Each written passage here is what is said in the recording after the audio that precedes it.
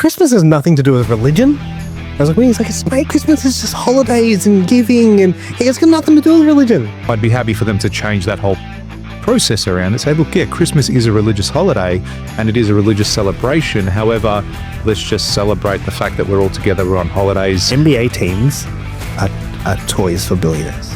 Yeah. That's what they are. They're toys for billionaires. They're bored, they want something to do, they go buy an NBA team, and they put everything into that. I think a lot of people give up on their ambitions or dreams because it takes longer than they want it to. It takes more effort than they are willing to put in. Team, family, they're one in one the same thing from an overall perspective. Your family is an organization. So I will never refer to us as a family ever again. Why?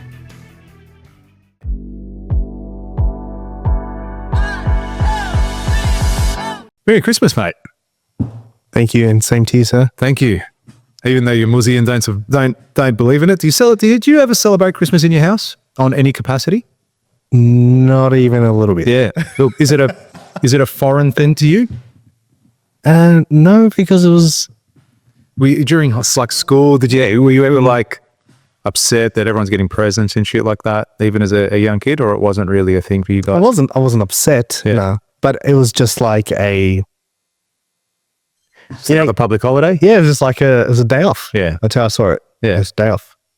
Yeah, nice. I get a day off because that's a big holiday in this country. Well, happy holidays to everyone not celebrating Christmas. Merry Christmas to everyone celebrating Christmas. And we thought, hey, what better gift to give people than a fucking $1 Million Days podcast? Then a new episode. I can't wait. On Christmas Day, special Christmas Day, I'm posting this. This episode is definitely going to go up. 5, 6 more days to the end of the year? Yeah. That's literally 6 days and it'll be New Year's Eve. Done and dusted. You just remind me of something. I used to work at Mercedes-Benz, right? And I remember, some people are so oblivious to what they've never experienced. And I had a team leader and his name was Kyle. Kyle, if you're listening to this, it's cracking, Kyle. Get it together. He goes, what are you doing for Christmas? And I said, I don't celebrate Christmas. And he's like, what do you mean? And I said, I'm Muslim. And then he said, what the fuck's that got to do with it? And I said, we don't celebrate Christmas. He goes, Christmas has nothing to do with religion. I was like, well, he's like, mate, Christmas is just holidays and giving, and he goes, it's got nothing to do with religion. And I just looked at him and I thought, everything to do with it kind of has everything to do with religion. So if you haven't worked that out yet, Kyle, get it together. And have a look. I like his, I was just about to say that. Yeah. I like the thought process he had around it. Yeah. And I know people now that even though they don't celebrate Christmas, like they're not Christians or Catholics or those two religions celebrate Christmas, right? Yeah. Yeah. They're not Christians or Catholics, but they'll still get a Christmas tree. Yeah. This time. Yep. And they're just like, it's just a holiday. It's a celebration. Yeah. Do you know what I mean? Some Jewish people that did the same thing, still put up a Christmas tree, still celebrate I would. I'm not going to do it now. I live alone, but that would be weird.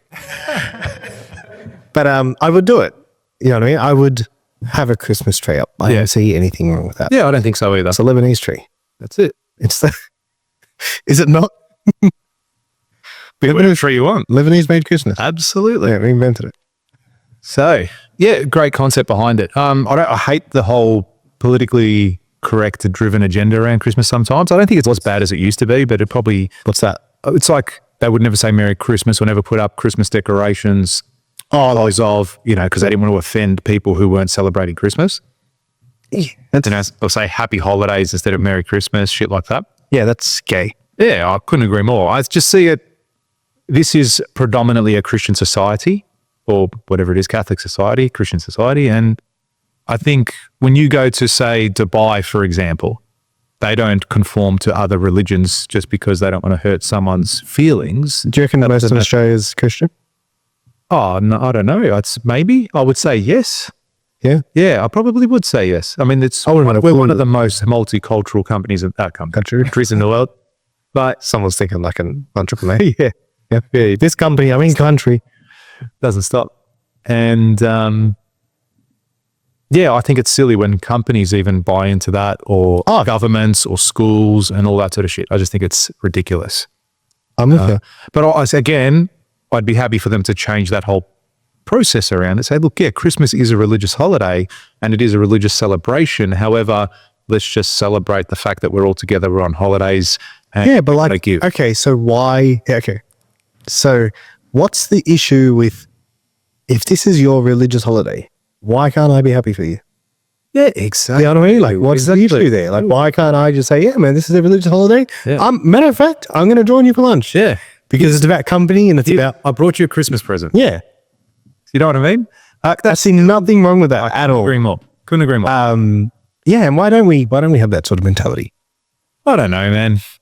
Is it just the left being left and trying to get as much as they can, pushing their agenda? Who knows? But I feel that it's sort of coming back to the middle a little bit more so now. As in people, I don't see that being that much of an issue around. You know, we used to, so our office is on Bay Street in Port Melbourne. For a couple of years there, they wouldn't put up Christmas decorations. So you know how the shop fronts, they'll put the stickers on the on the front saying Merry windows, saying Merry Christmas, Christmas trees, all that sort of shit. Then for a couple of years there was another mayor in the area and they didn't put anything up regarding Christmas, rather they had a beach theme. Yeah, they had fish, they had dolphins, they didn't have, like, you know, the previous years they had elves and reindeers and Christmas trees and Santa and presents. And then they went to a beach theme and happy holidays. And it's like, what the fuck are you doing? Yeah. Like, stop being stupid. It's not offensive to put that shit up to people who don't celebrate Christmas, as you said, or that holiday. Yeah, and also, like, if you get offended, leave. Do you know what I mean? Like, that's what I tell people all the time. Oh, man, I hate this state. I hate this country. But leave. Yeah.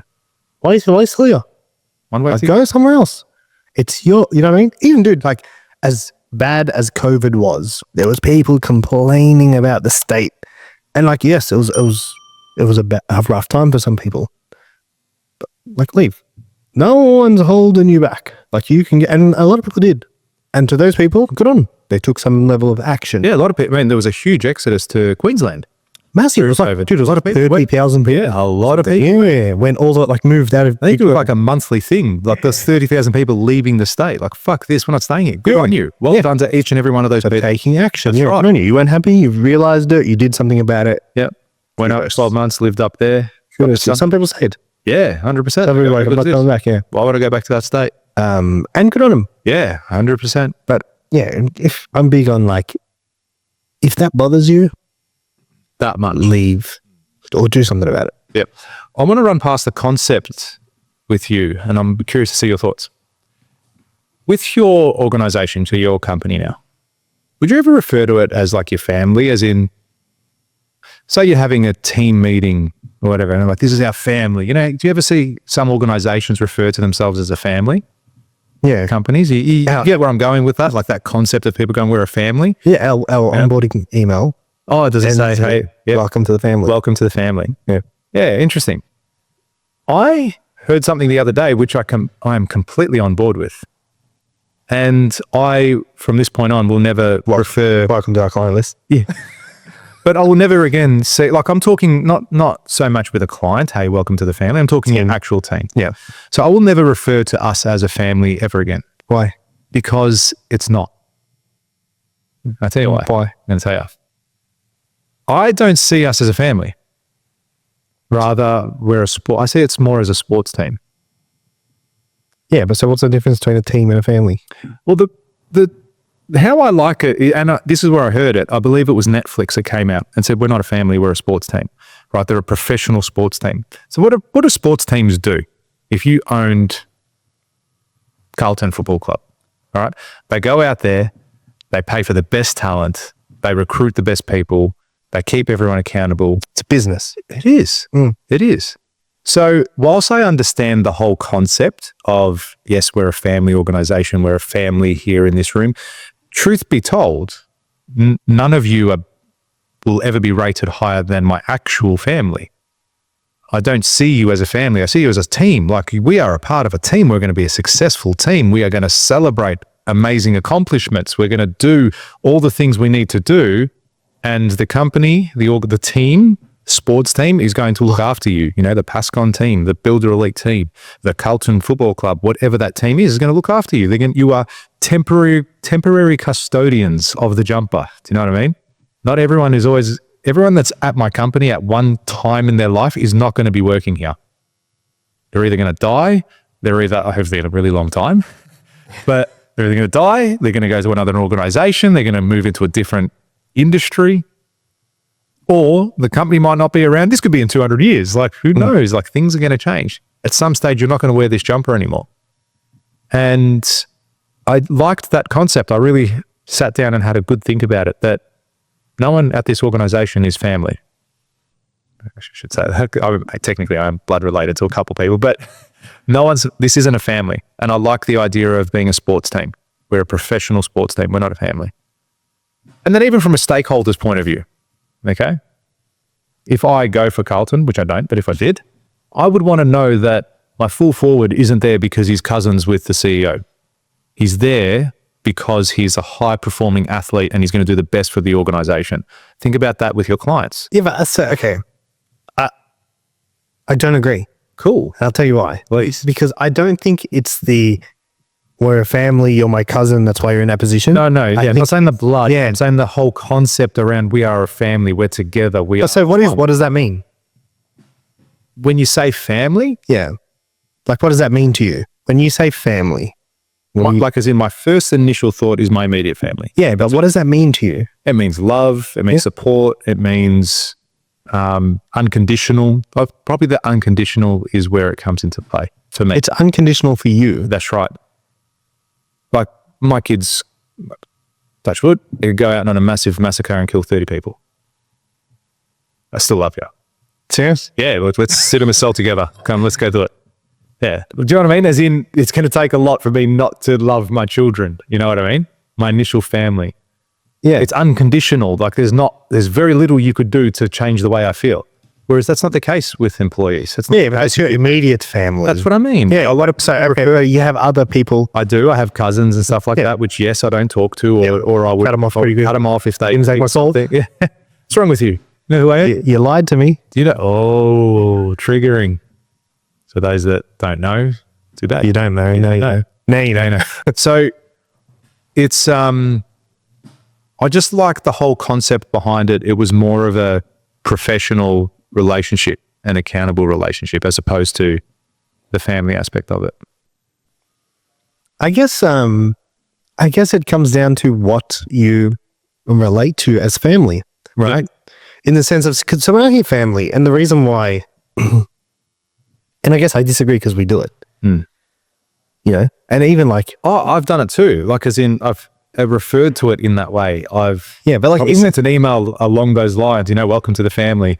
But after thinking about it, and again, I'm a very logical person. So when I hear about things like that makes sense to me, I'm like, yeah, that's totally true. And I'm pretty sure it was Netflix that said that to someone. Said, we're not a family, we're a sports team. We see ourselves as a professional sports team. Yeah, but like, so when I think family, I think tightly knit, and I think supportive of each other, there for each other, and kind of driven by the same values. You know, because a family is like an organization. Yeah, but then it's a group of people. Okay, and you have your chosen family too in life. You know what I mean? Like, there are people who you deem more family than your family. Yeah, like then a second cousin or something. You know what I mean? Yeah, absolutely. And it's like even a friend. Yeah, that's no. Like, I'm saying, someone that you have met in life, a friend that you classify more family, than actual blood relative, an actual person who is in your ancestry. Yes. So my question to you is, isn't that the same as a sports team?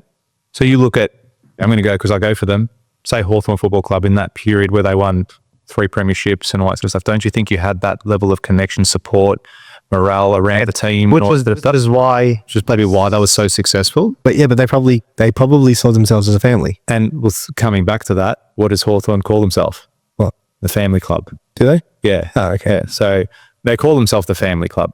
But I think that's appealing more to family unity. Yeah. Families being a part of our football club. But ultimately they are a professional sports organization. You know, okay, think about this. Do you follow the F1 at all?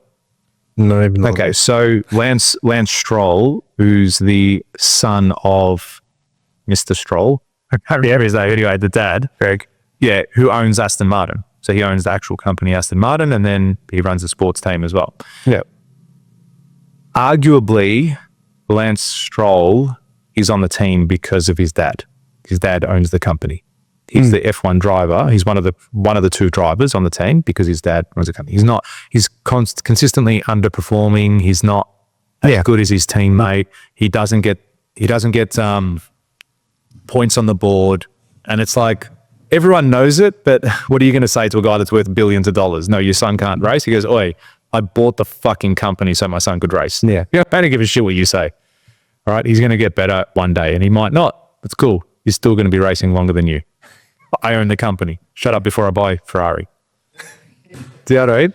So, but there's a situation where he's probably not the best suited candidate to be driving that car, and that team could get more success if he wasn't in the car.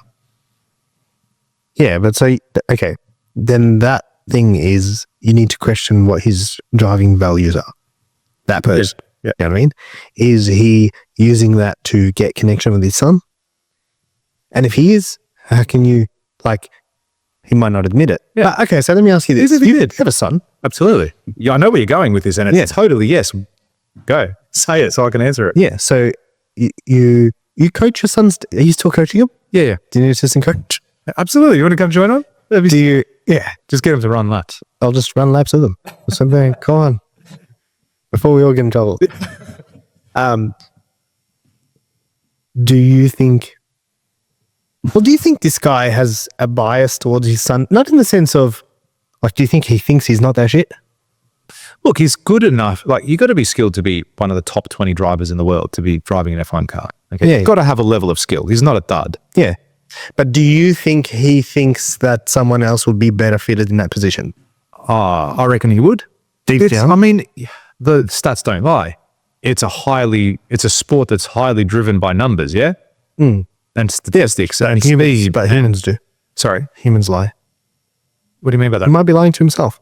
Yeah. I'm saying, look at the stats. But I know that he can do this, or he's got this heart, or he'll be justifying the position somehow. Yeah. There's no way. If the car's underperforming. Yeah, or there's no way that he's sitting in there saying, this isn't the best position and it's all my fault. Like, there's no way he's thinking that. Yeah, not a billionaire. No, he's sitting there saying, oh, nah, it's all right, we'll come around, or, he's getting better, or his lap times are increasing, or I don't want anyone else in that position, and, like, whatever excuse he's making, he's going to have some bias towards your son. Do you think you have a bias towards your son in coaching? 100%.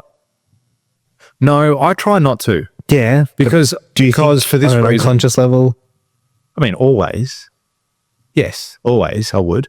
But in the same token, I don't think it's going to help him become the best player if I go, you're always going to play in the forward line and kick a bunch of goals. Yeah, 100%. And then he gets 10 shots on goals and kicks one. But no, you always play in the forward line. Yeah. So I do, and I still do move him around. But I try and tell him that too. I said, hey, you played really well. Hey, not a great game today. That's all right.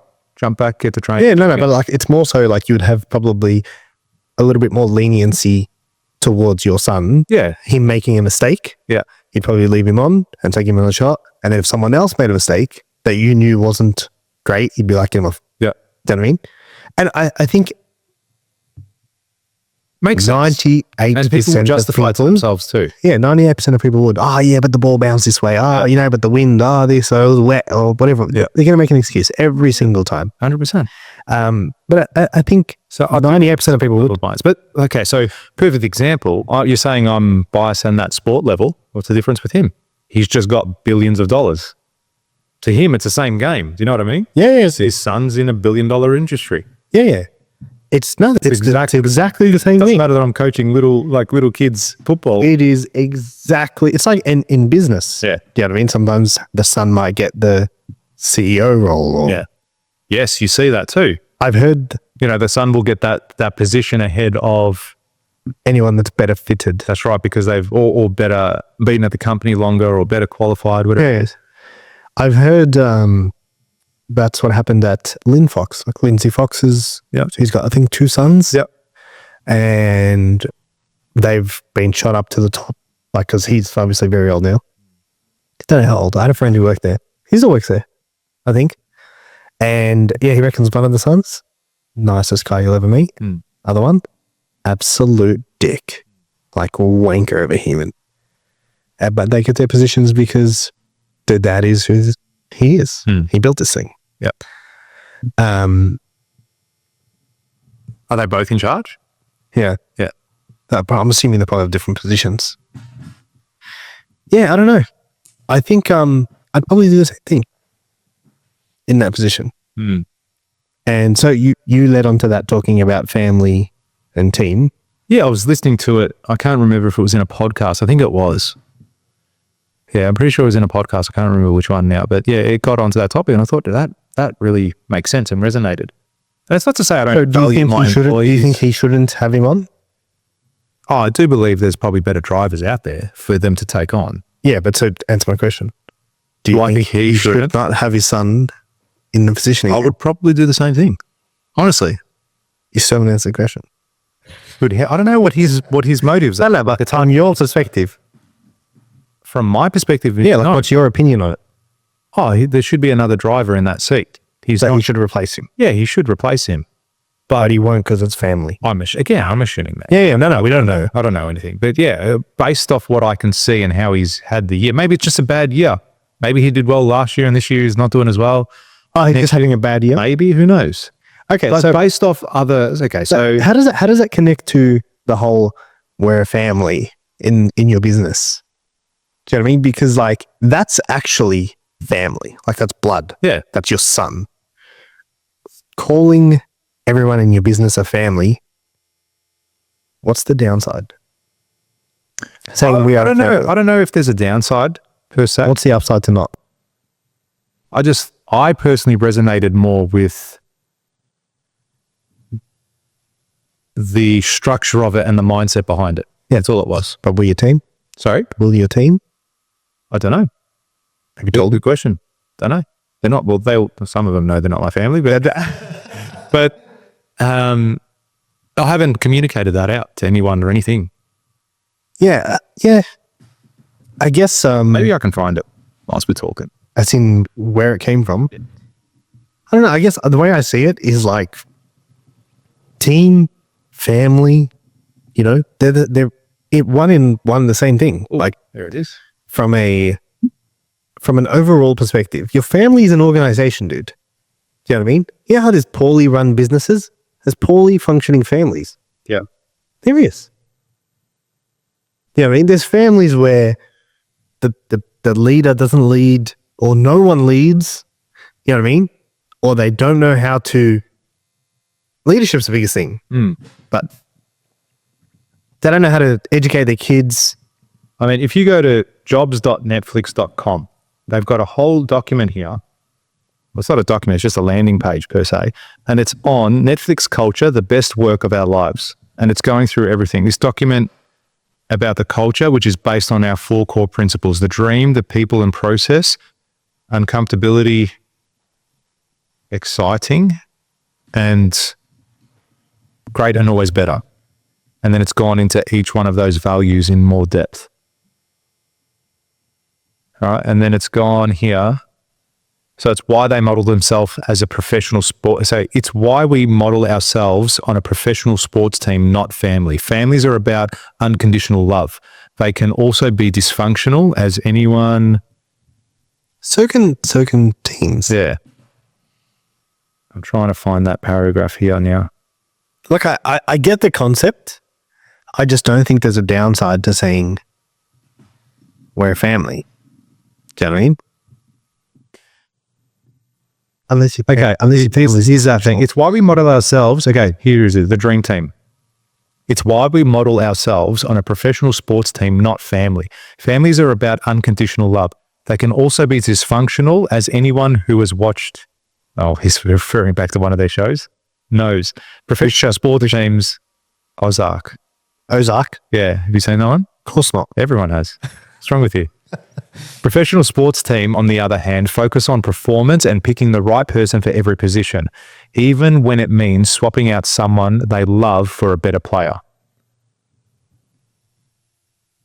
Yeah. I like that. I still resonate with that. Yeah, but I don't see how that is. They're just modeling themselves on sport family. team, not family. Well, they just said it in that sentence or in those couple of sentences. They're modeling themselves off a sports team, not family. It's focused on performance and picking the right person for every position, even when that means swapping out someone they love for a better player. So it's like, okay, your son isn't the best player for this team. All right. Like, But you would do that in your family. Okay. Your son and your daughter. Yeah. And they swap them out for another son or daughter. No. Imagine you had to pick one to do one thing. And they're like, okay, we're going to pick, you got to pick the fastest runner. Are you going to sit there like, oh, no, I have to go for my daughter? Or are you going to go with the fastest runner, which I'm assuming is your son? Yeah, he's older. Yeah. And a boy. Yeah. Do you know what I mean? Yeah. You're not going to sit there like, nah, I'm going to go with my daughter. Yeah. Like you're going to sit there, my son's a better fitted for this. And now there's something that your daughter might be better at that you'll do that. It's the same concept. Is like Netflix. Is it? Nah, because I'm picking between my two. It's like saying, okay, in my office, there's two people. I'm not looking externally. That's in the internal looking. That's looking at the business internally. Yeah. I'm saying, okay, I've got Simon, I've got Angelo. I know his strengths are there and his strengths are there. But what if I've got external people that have better strengths than both of them? Maybe I should swap those two out. But we're a family. We look after each other. We're not supposed to do that. I'm supportive. Yeah, I'm supporting you by letting you go. Yeah, I don't see that now. I know, but I'm just saying, like, that's how they're modeling themselves and how they're seeing themselves. I wouldn't be as cutthroat. This seems to me like early Apple days, Steve Jobs kind of thing. Yeah, maybe. He had that authoritarian dictatorship at his business. Maybe they're trying to build a culture around it. They 100% are. That's literally their culture, the best work of our lives.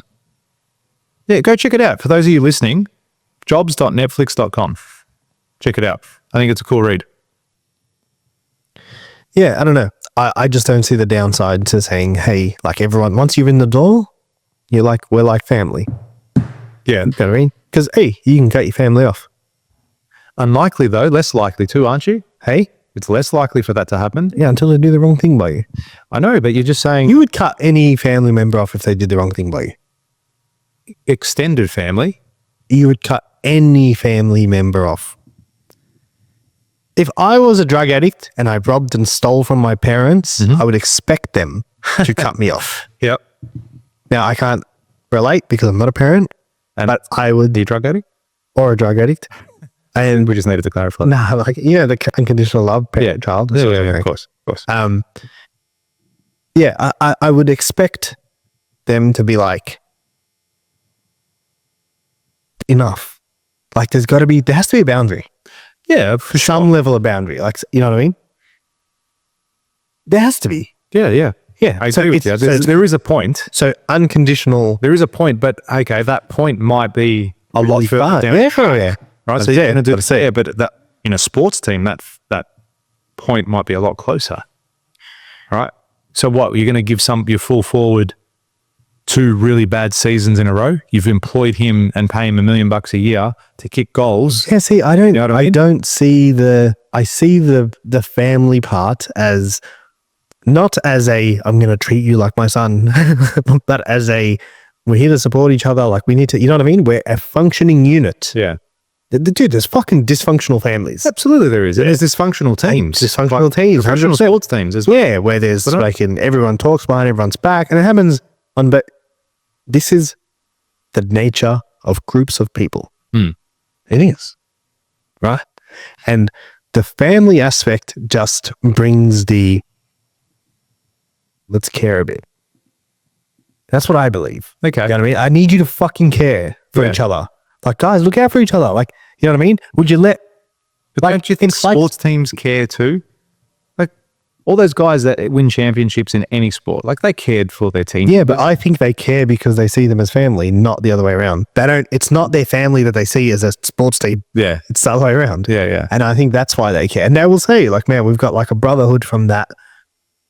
You know, that it's like you know what I mean? It's like a thing that we'll never forget. And that's the aspect I see. I don't see it as being the other side. Mm. But hey, man, maybe Netflix will build the best business in the world and I'll be wrong. Who knows? Which is possible. Yeah, they're Massive company.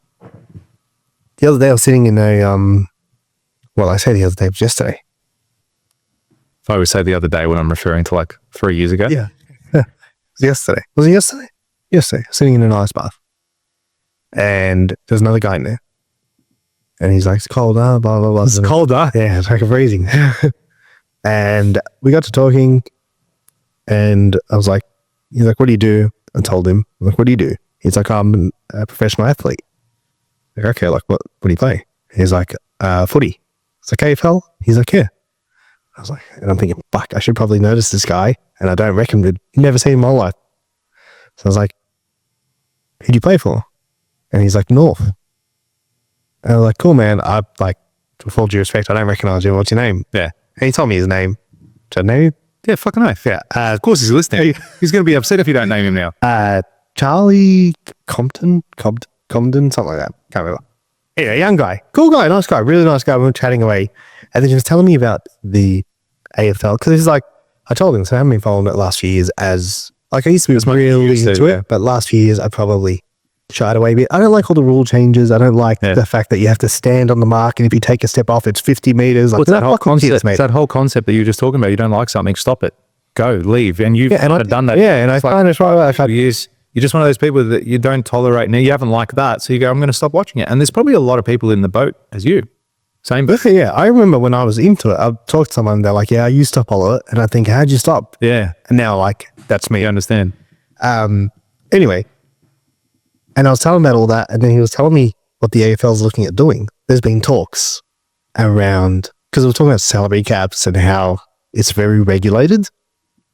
And he was telling me about how the AFL is looking at having the teams privately owned. Yeah. Awesome. So I was like, but what I think will happen there, which is so cool, but the rich teams will just keep getting richer. Yeah, well, it'll be interesting to see, like, do they keep a salary cap on player salaries to keep the competition competitive? Yeah. But then also, you look at the best leagues in the world, the NBA, the NFL, the EPL, none of them have any of that. Yeah. And the richest teams do the best. Yeah. Do you know what I mean? But it's like, why can't we have that too? Like, if the business or the team is run as a business and it's successful, why can't they reap the rewards? Yep. Do you know what I mean? If they can get people to buy into their dream, they can get more people to buy in and they can turn over more money and buy better players and therefore have a better team and perform well, why can't they? We're too regulated, dude. Yeah, that's all of Australia. Like, that's everything we do is regulated. Like, so regulated, man. Yeah. Do you know what I mean? They probably won't remove the salary cap. No. They probably won't do that, but they could look at doing the privatization. That's right. That's kind of. I think that's it. You're going to get overseas people buying in though, as well. That's okay. Yeah. There won't be. I wouldn't It's expect John Smith down the road that's going to buy it. What do you think American teams going to be worth? 20 mil? Yeah. 20 mil? 50 mil? I don't know, but we should start getting our shit together. Dude, wouldn't it be sick? Imagine I'm sitting there like, yeah, I'm there. What do you do with yourself? I own Carlton. Yeah. One of. Yeah. Yeah. I own the AFL. Yeah. Someone does. Someone will one day. Yeah. I own the whole league. Yeah. You own a team that's cute. Sit down before I crush you. What's that bloke's name? The bald one. Don't know what. That's it. Oh, really? No, I wasn't. Dodo. Dodo? You know, sold Dodo. Larry Kesselman. Dude. He bought the NBA. NBL, whatever the fuck. Yeah. So you want to talk full circle just before you go into your story? What did I start this talk about? Christmas. Yeah. And who was I talking about? Who are you talking about with what? Oh, with your mate. Yeah, what's his name? I don't know, Larry. Kyle. So Kyle's dad manages boats. Yeah. Larry Kesselman sold Dodo. Yeah. Bought a super yacht from America. Yeah. Guess who had to go pick it up? Your mate. Kyle's dad. How good's that? Kyle quit to run his dad's business and his dad went to the US to pick up Larry Kesselman's boat. How good's that? What a fucking small world, dude. There you go. Go circle. Yeah, so he bought the NBL, did we say? NBL, yeah. A few years back.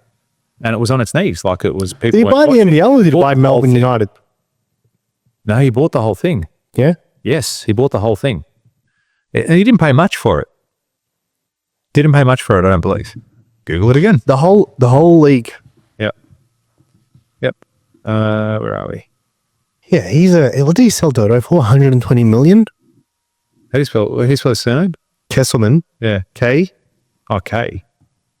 Kesselman. There he is. There you go. Easy work. But yeah, I'm pretty sure he sold Dodo in 2013 or something thereabouts. Yeah. For about 120 million.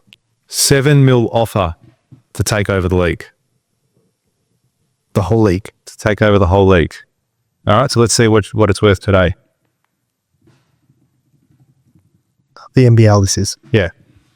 By the way, if you haven't been to an NBL game, they're pretty cool. Man, I went last year or the year before. They're trying to be like the US. Oh, very much so. Very much so. Like I was sitting in a stadium somewhere, I can't remember which one it was. But man, every single time out, every halftime show, whatever it was, there was cheerleaders, there was people singing, and then there's a guy on the... Cool, it's cool. It was very cool. It's very entertaining, but that's probably what he's gone off as well. Just trying to see here. 30 mil. No. What it's worth now? Yeah. Is that what you're looking up? Yeah. I think it'd be worth more than that. It's come a long way as well. Yeah, but considering you purchased it for 7, the NBL has a market cap or net worth of 20 mil as of November 29, 24. Interesting. I don't know what... Is it a public market cap thing? Is it a public thing? Like, can you invest in it? Can you buy shares? I don't know. Regardless, anyway, it's worth a shitload more than what he bought it for. Yeah, good on him. Absolutely good on him. He's a smart man. Yeah, so he's gone in and revamped that whole league, made it entertaining. Like, there wasn't an empty seat in the house when I went. It was a couple of years ago. Yeah. Do you know what I mean? And I think it's even more popular now. My son plays basketball, so and I go to his basketball games, and there is kids upon kids upon kids. Everyone's playing it. Really, really popular sport. And I think he's captured that essence. Yeah, it is. It's very entertaining. Like, I don't follow the league whatsoever, and I was entertained watching that game. And I was the NBA at all? Not at all. Not at all. I'd like to. Like, I think if I did, I would get into it a lot. Do you know what I mean? But yeah, I just don't have the time. Don't have the time to sit there and watch it. I'd love to go. We should go next year. Dude, stop fucking around. We get this office. Yeah. There'll be a TV with the NBA playing in the middle of the day. NBA is playing now, yeah? Oh, is it? Yeah, it's like starts at 10 a.m. Yeah. Yeah, so it's like middle of the day, NBA on the screen. Yeah. So, yeah, he came in, private person, purchased the league, all the teams, everything in it. And I think he's sold some teams to some people, some parts of, or shares and whatnot. So, again, getting investors coming in, pumping their money into the league as well. And I've got no doubt that this thing will probably grow to be just as big, if not bigger than AFL then. Big call, but think about how big the NBA is. It's the biggest sport, or one of the biggest sports in the States. Like, basketball's a worldwide sport. AFL is confined within its own little world here. And you reckon?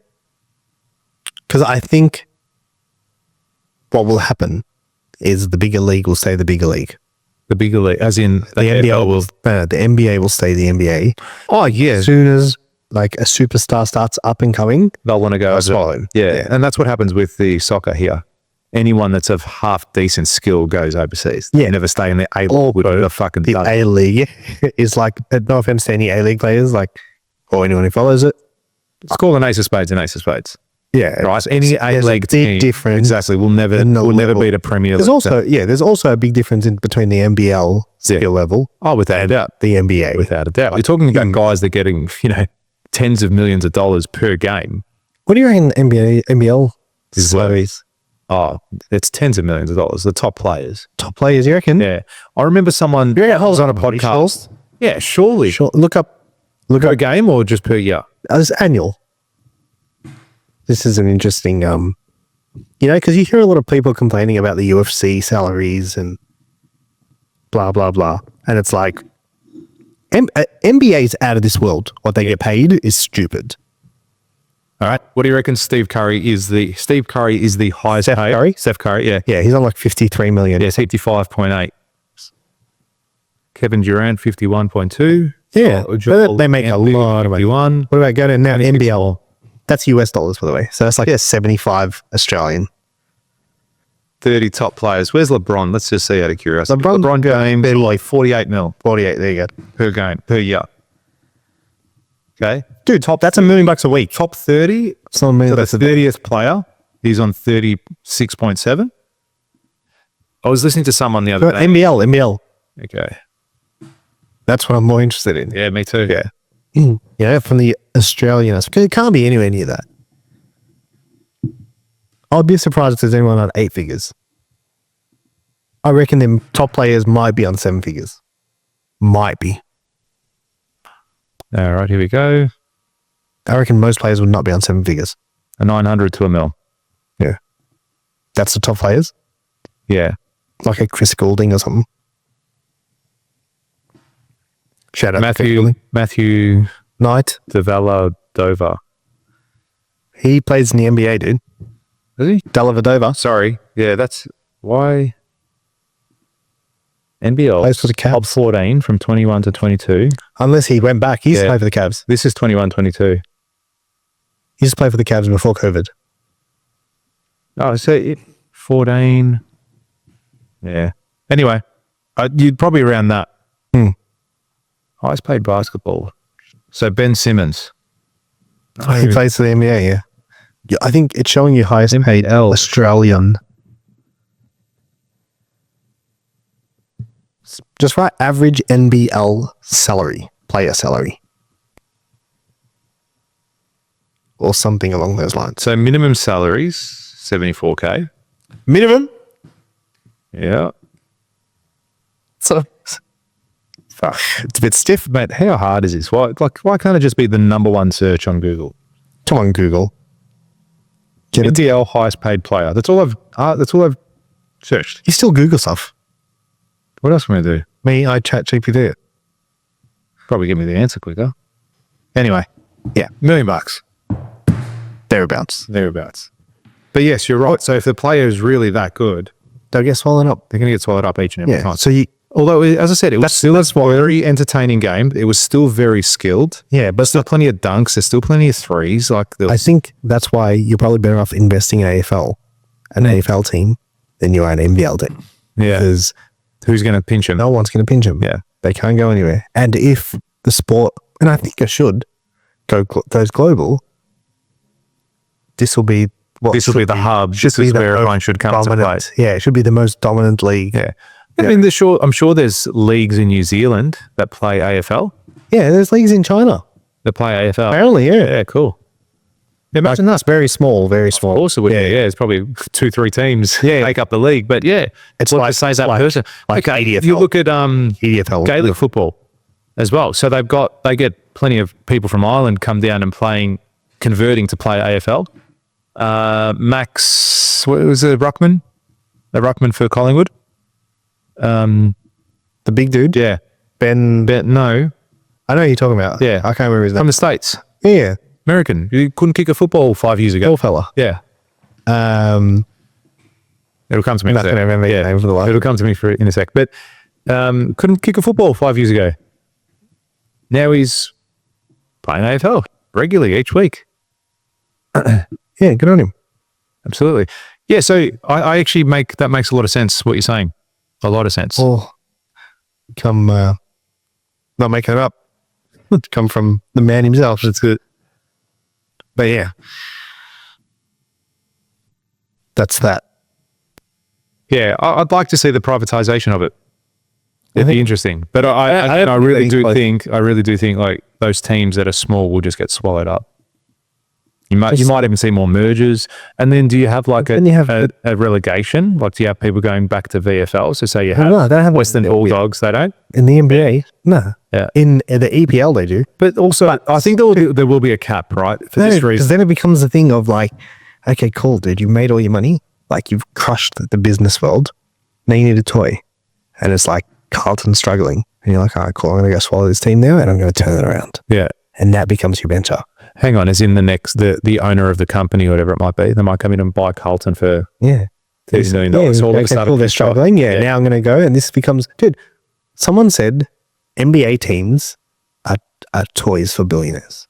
Yeah, that's what they are. They're toys for billionaires. They're bored. They want something to do. They go buy an NBA team, and they put everything into that. And you go hire a coach, and you get the, you know what I mean? You're trying to put the best things together, and you're like, you hire a DM, and you're like, hey man, I need you to run this like a business, and you're the owner of the team. Yeah. You've invested money into this, and it runs like a business, and it makes money, and people come on board, and it turns over revenue, and you got fans, you got you know what I mean, like a fan base that you need to keep happy, and a team that you need to keep happy, and players that you need to keep happy, and coaches that you need to keep, you know what I mean? Sick. 100%. 100%. I remember many years ago, I think it was like 2009, somewhere there. I think I actually mentioned this before in a previous podcast, but Jeff Kennett was president of Hawthorn Football Club, and he released a statement out there about where he wanted the club to be in the next 5 years. And it's like 3 premierships, 80,000 members, like if they had a strategic plan in place, new facilities, and to be a destination club. So all players wanted to come to the football club to play here. And that was the first time I've ever seen any club on that plane actually refer to it and think of their club as a business. And I think that was vastly contributing to their huge success in the years to come as well, because they did become that destination club. They did become somewhere where other top quality players wanted to play. And then they also had realistic targets. Like people were laughing at him saying, what, 3 premierships in the next 5 years? What the fuck's wrong with you? And they nearly won 4. And that's cool though. Yeah. Dude, it's but I haven't seen another club do that. Maybe following post, not before. Three-peat. No, I'm saying following. No, I'm not saying the premierships. I'm saying how they had a structured plan as a business to achieve these goals. All the other ones were like, oh, they didn't have a plan. They're just like, let's get the best players. Let's do this. Okay, let's go try win a premiership. I think the AFL will still have a cap in place because they've worked so hard for equalisation over the last 10 years. And like, think about it. You talk about Melbourne, which was a basket case for the last 50 years, won a premiership. Do you know what I mean? And became a strong team. Yeah. But you're talking about all these other clubs that have been at the bottom of the ladder. Richmond were the ninth men for the last fucking 30 years. Okay. And they finally came out and won a few premierships. And then you look at them. Western Bulldogs were the same in 2015, 16. So 16. So flip the script. You crush it. You're looking at buying an AFL team. But imagine in business they said to you, that's right. Hey, you can only hire this many people. You'd be like, what the fuck? Yeah. You can only make this much money. Yeah, you can only make this, but we're putting a cap on it. And you're like, well, this sucks. Yeah. It's going to deter people away from taking it to that private level. Unless they one day do that. And open it up. Yeah, great. Yeah. I think Australia needs to open up as a country. Yeah, on many levels. Yeah, just let go a little bit. Do you know what I mean? Can you imagine an AFL player talking like a UFC fighter? That'd be cool. Like some of the shit the UFC fighters say, they say whatever they want. Yeah. AFL players cannot do that. If they come out and called someone a particular name or... There's not that many kids watching the UFC, do you reckon? You don't reckon? No, not to the level. No, I don't. And if they are, they're watching it because their parents are watching it and then they sort of get sucked into it, but not from the level they would follow a sports team. As in not at the I reckon it's more, I reckon, and also a lot of parents would shelter their kids from that sort of a violent sport. Do you know what I mean? You say sick. Yeah, I love it. So entertaining. So do you think that's a bad thing for kids? No, I've got no issue. I see it as martial arts. It is martial. Yeah, it's mixed martial arts. That's exactly right. My son does jiu-jitsu and I'm like, I'd happily... Does your son do jiu-jitsu? Yeah, he's just started this year, but I would happily watch a UFC fight with him and go, did you see that? Did you see that? I see he's going to put him in an armbar. Like, see, he can learn all these things. Anyway, and my wife's been doing it for many years as well. But that's mixed martial arts, that is. But I still believe that sport particularly is targeted more to a older demographic, UFC. So for then, if you've got a football player and it comes out as they're interviewing him post-conference, go, yeah, that was shit. We fucked them up. I got no doubt that next time we play them, we're actually going to crush them. You know, a guy that fucking Nathan Fife, I'm going to headbutt that bloke next time I see him. He better not get in my fucking face. Do you know what I mean? Like, it's not going to float as well if you had that much of a free reign. Yes, it would be entertaining. Absolutely. I think the last person that was somewhat controversial that I can remember anyway in recent times was like Jason Ackermanis. He used to do stuff like that. He used to come out and say, yeah, next week I'm going to pick up 30 possessions and kick 4 goals. And people were like, oh, you arrogant piece of shit. But then he'd come out and do it as well. Yeah, he's a good player. Yeah. I don't know. I think there's probably a cap on it. I would love to see a little bit more of it. You know who was a little bit like that this year? That from Hawthorn, Jack Ginnivan. He was a little bit like that. Okay. So he come out and said, what did he say on Twitter? Or whatever. Yes, he tweeted saying they're going to blow the next team out. Who were we playing? Port. Yes, Port. And then Collingwood had gotten through or something. Someone got through to the prelim. Yeah, and they're like, and he said, see you in 2 weeks. Yeah. All right. And then everyone unleashed on him. Who cares? Dude, I reckon it was one of the... If I was him,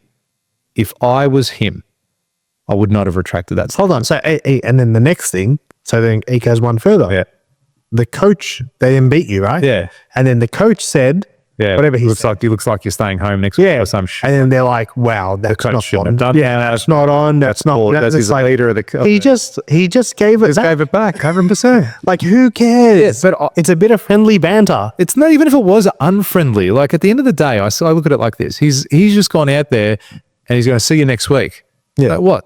Do you want me to say, maybe I will see you next week? So what? You don't have that belief in yourself that you can be poor? And I remember the commentators were like hammering the coach. 100%. And I'm like, on that day, yeah. Who cares? And they're like, that's not on. Yeah. That's not on. And I'm like, dude, like, that's nothing. Do you know what I mean? As soon as it's going to become a non-contact He's sport. got to give... Yeah. I'm serious. Yeah. He's got to give it out and he's got to also be willing to receive it. Okay, funny thing the other day is I put a post up on TikTok and I mentioned it to you before the podcast. It's funny, you put them up on different platforms and they get different reactions. So like I put the same post up on LinkedIn and a lot of people were in support of what I was saying. So yeah, well said. That's great, George, blah, blah, blah, blah, blah.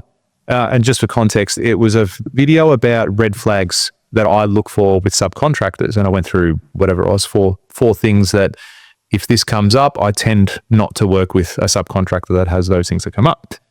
And on TikTok, man, the hate I was getting, there's 180 comments and still counting, still going up. And people are giving it to me. Or trying to anyway.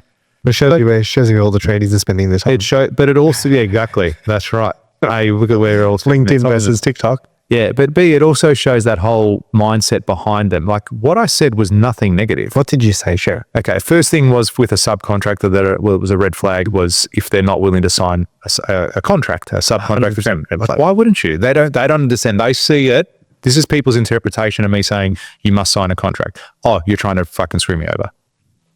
What? I would get nervous to sign a $100,000 job on a handshake. I would be nervous to sign a $100,000 job and signing my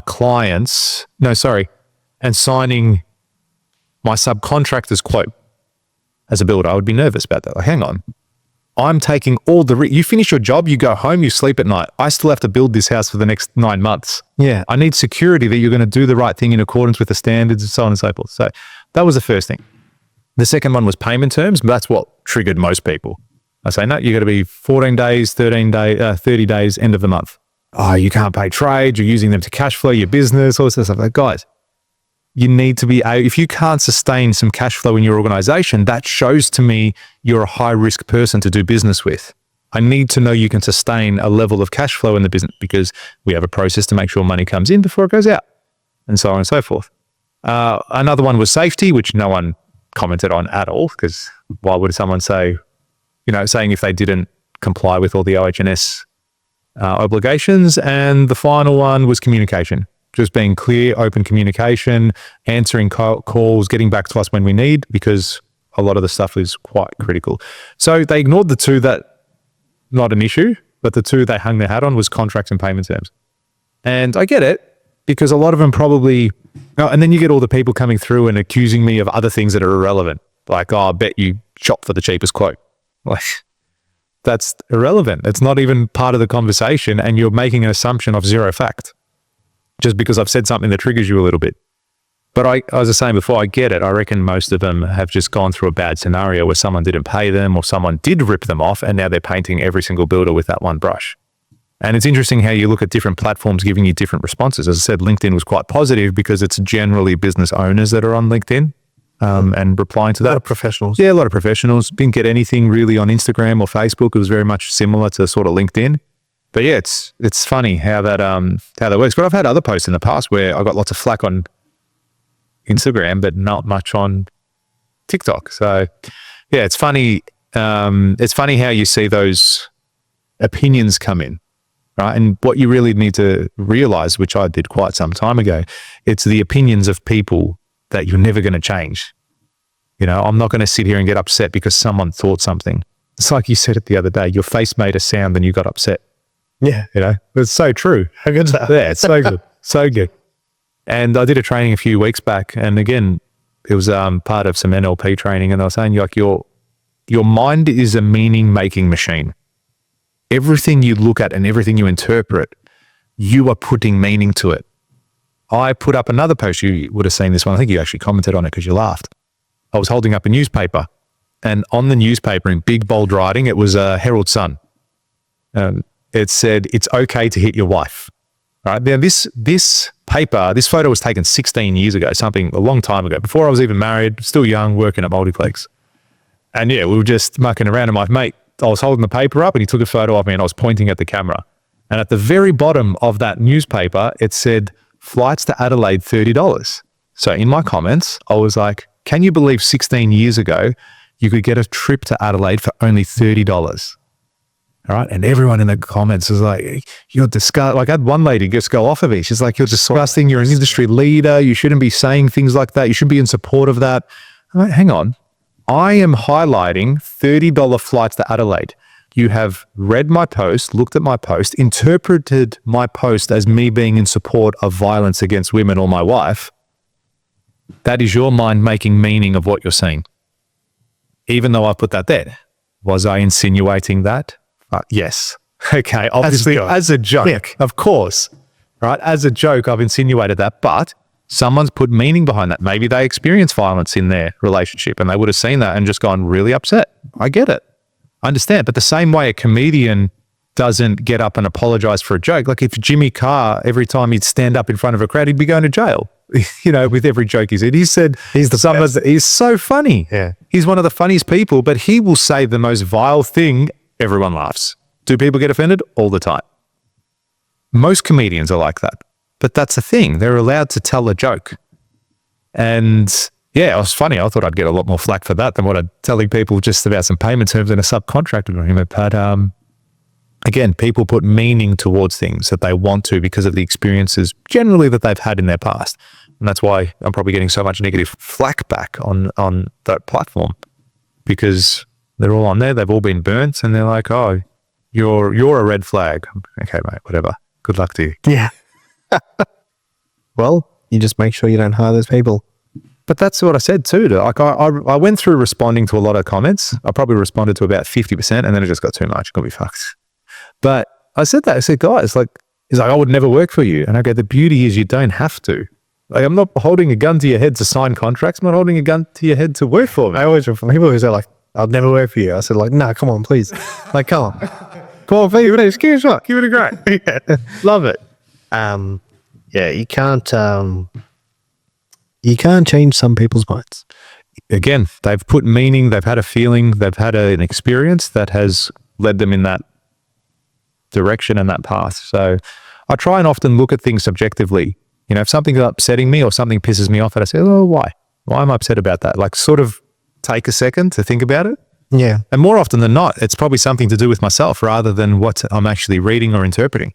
Yeah, I think that's a great skill. I do that too. Like, take yourself out of the hard to do, like, initially, because we look at things and get pissed off immediately. And even in a relationship, yeah, like, it's, I can't remember if I said this in a book or in previous podcast.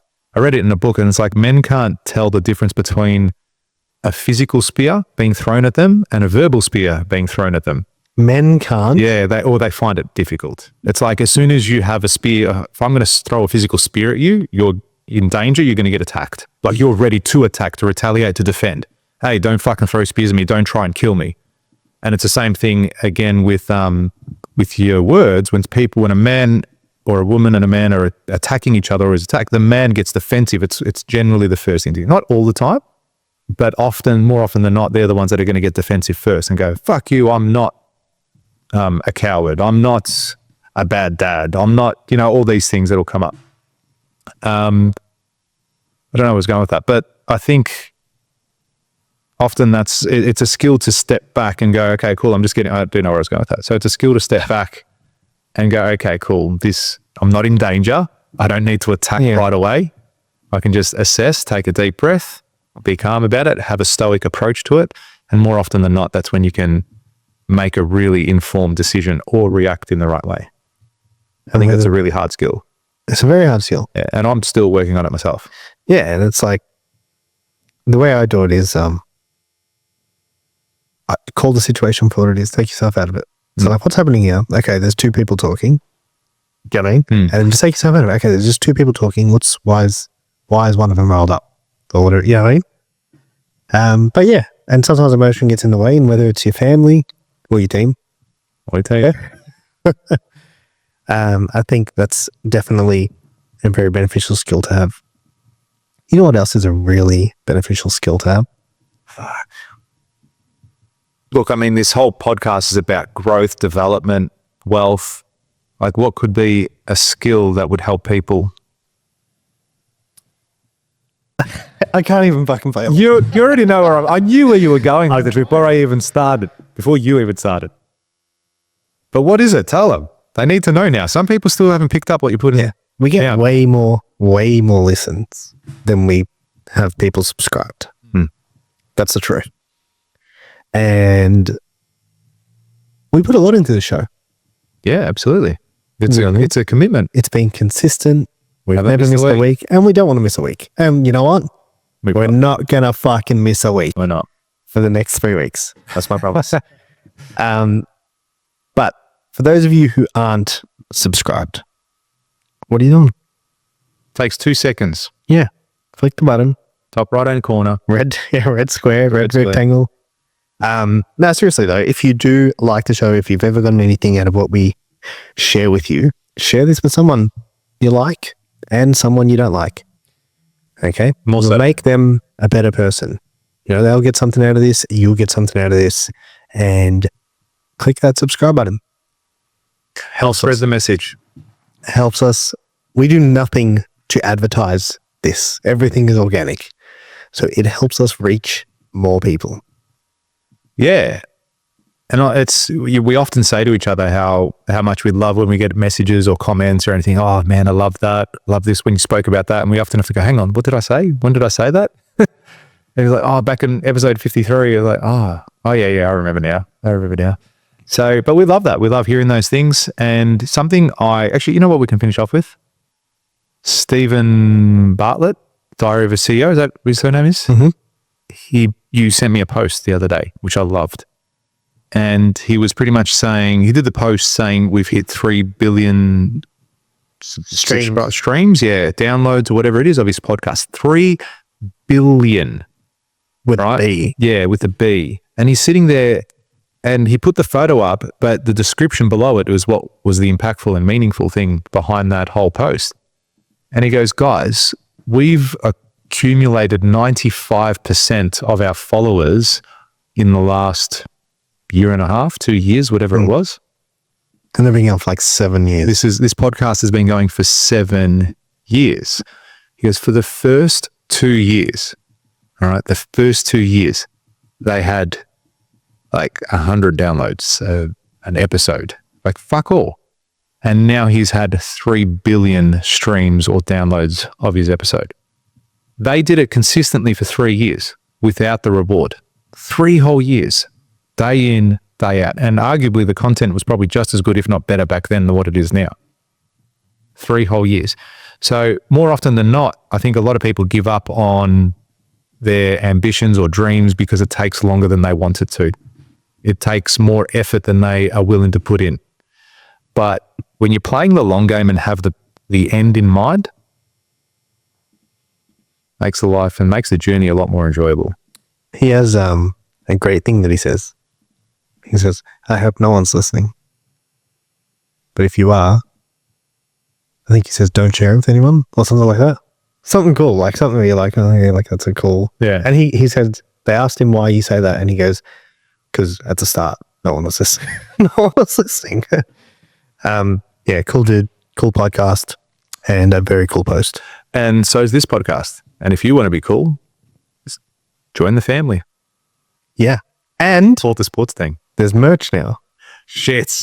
There's Merch. I didn't bring it today. I was going Either. to. I thought you would have had it, so like I went. I did. I actually had it on my desk at home. I wore it to a barbecue yesterday. I've been wearing it all week. Dude, everyone's like, hey, where's my hat?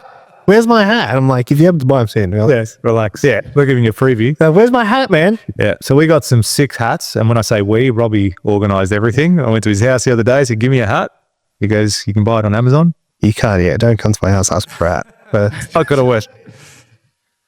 So yeah, we got hats now, $1 Million Day hats. If you are a subscriber and you hit us up, should we do a giveaway? we're going to do it. I'm doing it right now. Yeah. I consult with you. The first person to send me or Robbie a comment or DM or anything on social media when you hear this episode, it means you've gotten to the very end of this episode. So congrats. The first person to send us a DM, we're going to send you a $1 Million Days hat. Yeah. And send you $1 million, and we'll pay for postage. All right. $1 Million Day, and they're valued at $50. You better fucking be subscribed. You have to be subscribed as well. Don't just send me a comment. We will check. Okay, so 2 things. Good. I'm glad you mentioned that. A, you got to send us a DM, and B, you have to be subscribed, and you have to get 300 other people to subscribe to. Yeah. No, ditch that last one. But if you are subscribed and you comment or send us a DM, we'll send you a hat. And share it with your mother. Boom. Thank you very much, guys. Loved having you a part of the episode today. Merry Christmas, because I know you're all gathered around the family table listening to this joyful moment being episode 61 of $1 Million Days. And I hope you have had $1 Million Day, or at least got $1 million worth of presents. Thanks, everyone. We'll see you in 2025. Shit. Yes, we will. Peace out. Bye, everybody.